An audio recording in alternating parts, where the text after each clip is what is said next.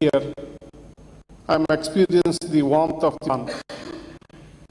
There is no better honor than being hosted in the great people of Rajasthan. This magnificent came into existence after the merger of two princely states. Prominent leaders, fighters like Hirala Shastri, Balwant Sinha Mehta, and Jainara and Vyas not only shaped the future of Rajasthan but also future of India by being a part of the constant. The people of Rajasthan have proved themselves to be alive and responsible participants in the democratic process. Legislative bodies are conceived to be the most transparent bodies. I am happy to note that the Rajasthan Legislative Assembly to the people through the live streaming of its proceedings. The proceedings is also available online for ready reference. Indeed, efforts are commendable. As a student, by the aura and the change-making powers of the legislature, I was deeply inspired by the kind of service the lawmakers used to render.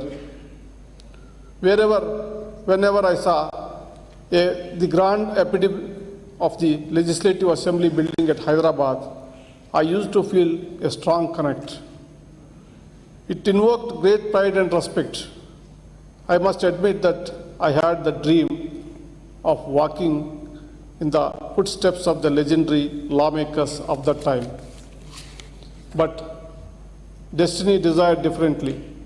Today, through this invitation, you have fulfilled my dream of being in the House, even though it is for a few moments. Honorable members, you are the ones chosen by the great people of Rajasthan. You carry the hope and trust of your electorate. Democracy is not about choosing a state or its head. Democracy is about defining our identity. Democracy is about deciding our freedoms, rights and duties. Democracy is about climbing our destiny. Like Dr. Ambedkar once described, I quote, "The soul of democracy is the doctrine of one man, one value," unquote. For India, democracy was not a choice, but a habit and a necessity. Looking back in time, it may be seen that our democracy is natural derivative of British colonial era. But a closer look at the state of the other colonies will indicate otherwise. The fact that Indian parliamentary democracy thrived to transcend into the world's largest democracy is attributable only to the people of India. The idea of self-rule, the governance is deeply embedded in the administration of our villages. This is so core to the identity of the community and culture that this idea has survived the onslaught of time and modernity. The Indian ethos was supplemented by the Western ideology of revival of awakening. True, the Western philosophy of self-determination, freedom and liberty had a great influence on the Indian freedom struggle. Our leaders brilliantly Indianized these concepts and turned every son of the soil into a freedom fighter. The story of the Indian freedom struggle is the story of the people's movement.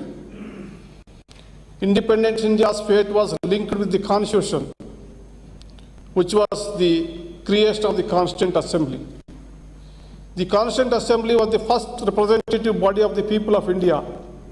After 2 years, 11 months, 17 days of deliberation, the Constitution of India was finally adopted by the people of India. We must note that India was meant to be a parliamentary democracy and not a parliamentary government. For the core of idea of democracy is representation. Dr. Ambedkar cautioned that By parliamentary democracy, we can never infer rule by majority. He stated the majority rule is untenable in theory and unjustifiable in practice. The framers decided to opt a representative democracy. A representative democracy is about effective representation. It is where the minority is not overwhelmed by the majority. Parliamentary democracy was a way to preserve our plurality, the multitude of our identities, and you have a future built on consensus. The success of our democracy is largely attributable to people's faith and participation in the system. The collective memory of the struggle for independence has installed in the people the tradition of participation in politics across all geographic and demographic lines. India, with 17 general elections, still remains a relatively nascent democracy. We are still in the process of learning through churning. In these 75 years, no doubt we have achieved a lot, but the sad reality is that a vast of our people still do not have access to dignified living. Poverty, illiteracy, discrimination, intolerance are social realities. People continue to look for someone to relieve them from their daily sufferings. This duty to fulfill constitutional aspirations falls on all the three organs, the judiciary, the executive, and the legislature. In this context, the role of the lawmakers cannot be understated. You are not mere representatives of the people. Rather, you are the bridge between people's aspiration and the realization of the same. In the past 75 years, the story of growth and transformation of India can largely be attributed to its progressive laws and policies formulated by forward-looking lawmakers. In India, de facto, you are obliged to play a dual role, one as a member of your political party, the other as an individual voice of the people you represent. Your role is not limited just making of the laws and policies. You know very well that even after laws are formulated, the intent benefits do not reach the largest population of years together. People expect the leaders to ensure that the laws get implemented. You are accountable to the people. Your performance, conduct, actions towards fulfilling their promises, everything gets judged. Every time you are in the field, people not only come to you with their problems, they seek answers as well. As their leaders and representatives, they want you to air their issues and grievances. In a society such as ours, where the vulnerable lack of voice, it is expected that you will be their voice and bring their troubles to the notice of the relevant authorities. As I said on multiple occasions, if every wing of the state functions with effectively, efficiently, responsibly, then the burden on others would reduce considerably. If the general administration is carried out efficiently by the officers, a lawmaker need not toil for ensuring basic facilities to his electorates. But when people with problems approach you, you cannot simply say no. You have to act. But be it a ration card, building a school, building a road, people expect you to sort it out. These multiple roles invariably take a toll on your primary legislative responsibility.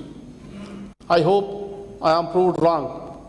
But sadly, the country is witnessing a decline in the quality of legislative performance. The contemporary political commentary is generally critical of the fewer sittings of the legislature and underutilization of its potential. Yes, the Constitution does not specify the minimum number of days for which the State Assembly must meet every year. However, there is no doubt that the citizens will definitely get benefited by longer engagements. Being charismatic leaders, you enjoy public support in your own right. You have the power to shape public opinion and bring progressive social changes through public mobilization. In a world as divided as ours, it is you and you alone who can hold the society together. Building a peaceful and inclusive society is not just a matter of public administration, but also a duty of a statesman. You are a reflection of the people's aspiration. Let morality of the Constitution guide you in the right direction. After all, you are all role models. Strengthening parliamentary democracy demands strengthening the opposition as well. We have a form of government where the executive, both political and permanent, is accountable to the legislature. Accountability forms the core principle of democracy. I have on several occasions highlighted the significance of parliamentary debates and parliamentary committees. In fact, I used to look forward to the legislative debates. Particularly, the leaders of the opposition used to play a stellar role. There used to be a lot of mutual respect between the government and the opposition. Unfortunately, the space for opposition is diminishing. We are witnessing laws being passed without detailed deliberation and scrutiny. In the absence of a thorough debate involving all sides of the House, as a judge, at times I wonder as to how does one trace the legislative intent behind the enactments. Instead of engaging in a meaningful debates for furthering democracy, politics has become acronymous. The diversity of opinion enriches political polity and the society. Political opposition should not translate into hostility, which we are sadly witnessing these days. These are not signs of healthy democracy. Strong, vibrant, and active opposition helps to improve the governance and corrects the functioning of the government. In an ideal world, it is the cooperative functioning of the government and the opposition which will lead to a progressive democracy. After all, project democracy is a joint effort of all the stakeholders. And a year ago, on Independence Day, I expressed my views on a decline in the quality of debate and, at times, even the lack of debate in the legislative bodies. My observations were perceived in some quarters as a criticism of lawmakers. No, it is not criticism of either lawmakers or the legislatures. I have highest regard and respect to the lawmakers and the legislative houses. When I expressed these sentiments, my only concern was the burden imposed on the judiciary because of the imperfection in lawmakings. If the bills are thoroughly and dispassionately debated and all the well-meaning suggestions are accommodated, we will have better laws. Laws without deficiency have saved the judiciary from the avoidable burden of litigation. On this occasion, I have a suggestion to make. Lawmaking is a complicated process. One cannot expect every lawmaker to have a legal background. It is essential that members of the legislature have quality assistance from the legal professionals so that they are able to contribute to the debates meaningfully. The Honourable Speaker may consider providing the assistance of qualified law clerks to each one of the MLA. We as judges are also assisted by law clerks in our day-to-day court work. Let me assure you, it will really help you all. Coming back to the subject, the reality is that even today, the people are not aware of the functions of each wing of our democracy. They cannot distinguish one from the other. To enforce checks and balances envisaged in the Constitution, we need to promote constitutional culture in India. When I say constitutional culture, I mean spreading of awareness about the roles and responsibilities of the individuals and the institutions. Democracy is all about participation. Now coming to the judiciary, one of its major roles in the interpretation of legislation and as a gap filler. Increasing state intervention in the lives of the population, dissatisfaction among public about the other two wings, and raising awareness of rights have increased the public expectation on the judiciary. In a modern democracy, the people expect that the court to stand as a counterweight to the legislative and the executive excesses. This gains gravity particularly whenever the opposition is missing in action. Reasons apart, the expedient intervention of judiciary is aimed to improving the quality of lives in the people. A short while ago, I had the privilege and honor of inaugurating the museum in the presence of my brother Justice Ajay Rastogi and Justice Maheshwari and Justice Sinde and other brother and sister judges of Rajasthan High Court, as well as other distinguished dignitaries present here. This effort to portray the journey of Rajasthan through a digital museum is commendable. The interactive exhibits in the museum will generate curiosity, particularly among the youth. Apart from displaying the historical and political narrative of Rajasthan, this museum also highlights the rich heritage and tradition of the state. I am happy to inaugurate this museum. This is not a mere building, this is a bridge between our past and future. Recently, I got an opportunity to visit the Independence Hall in Philadelphia, United States. I was impressed to see how realistically they have portrayed their transformative journey. It is essential that every nation maintain such an authentic record of its milestone.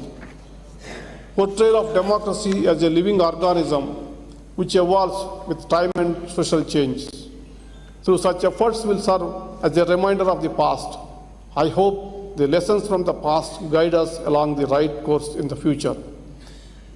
Speaking from these solemn premises, I have something to say to the youth of this country. You have the most important role in our democracy. I urge the youth of today to be touched with the past and the present issues. In today's world, true empowerment lies in true awareness. Be aware, be informed, and it is only you who can decide your destiny. The future of this nation depends on your active participation in public life. Before I end, in spite of several aberrations, our democracy has stood the test of time.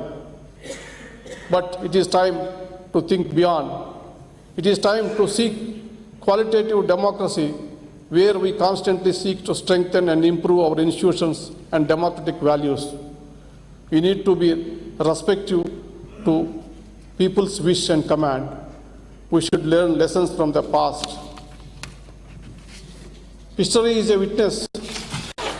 Whenever a government fails to stand up to the scrutiny or expectation of the people, they have expressed their will in the form of change. It is the people who will ultimately set the course of the future of democracy in India. I trust the power of the people. I quote on this occasion Dr. S. Radhakrishnan, "The voice of the people must be carried by the government, and the parliamentary democracy the best instrument for the ascertainment and the expression of the public mind. Parliament acts as a liaison between the people and the state. It is the function of the parliament to express, not to suppress, public opinion and social dissent, if any." Unquote. Before I conclude, I must thank the Honorable Speaker, Dr. C.P. Joshi, the Honorable Chief Minister, Sri Ashok Gehlot, Honorable Leader of Opposition, Sri Gulab Chand Kataria, Honorable Ministers, Honorable Members of the Assembly of the for hosting me and giving this opportunity. Thank you very much. Namaskar. Jai Hind.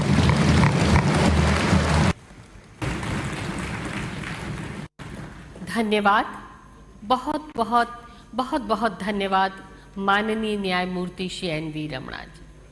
आज के आयोजन की स्मृतियां बरसों बरस आपके जहन में रहे, उसके लिए हम डॉक्टर सी.पी. जोशी जी, माननीय अध्यक्ष राजस्थान विधानसभा, आपसे अनुरोध करना चाहेंगे आप माननीय न्यायमूर्ति श्री एन.वी. रमणा जी को स्मृति चिन्ह भेंट करें।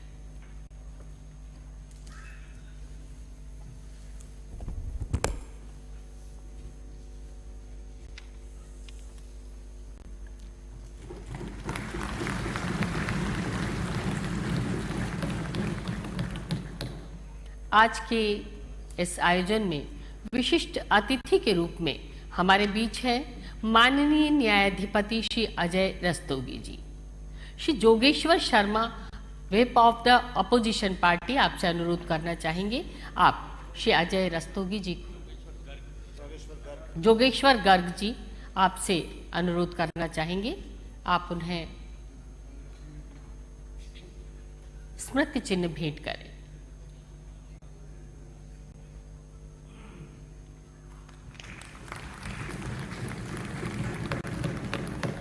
हमारे बीच विशिष्ट अतिथि के रूप में ही मौजूद है माननीय न्यायाधिपति Shri Dinesh Maheshwari ji, Shri Balwan Punia ji, leader of the CPIM legislative party. आपसे अनुरोध करना चाहेंगे आप श्री दिनेश माहेश्वरी जी को स्मृति चिन्ह भेंट करें।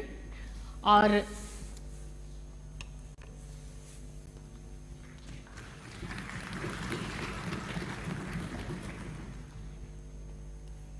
माननीय न्यायाधिपति श्री संभाजी शिवाजी शिंदे हमारे बीच विशिष्ट अतिथि के रूप में ही मौजूद हैं। Shri Narendra Nagar ji, member of the CPA executive committee.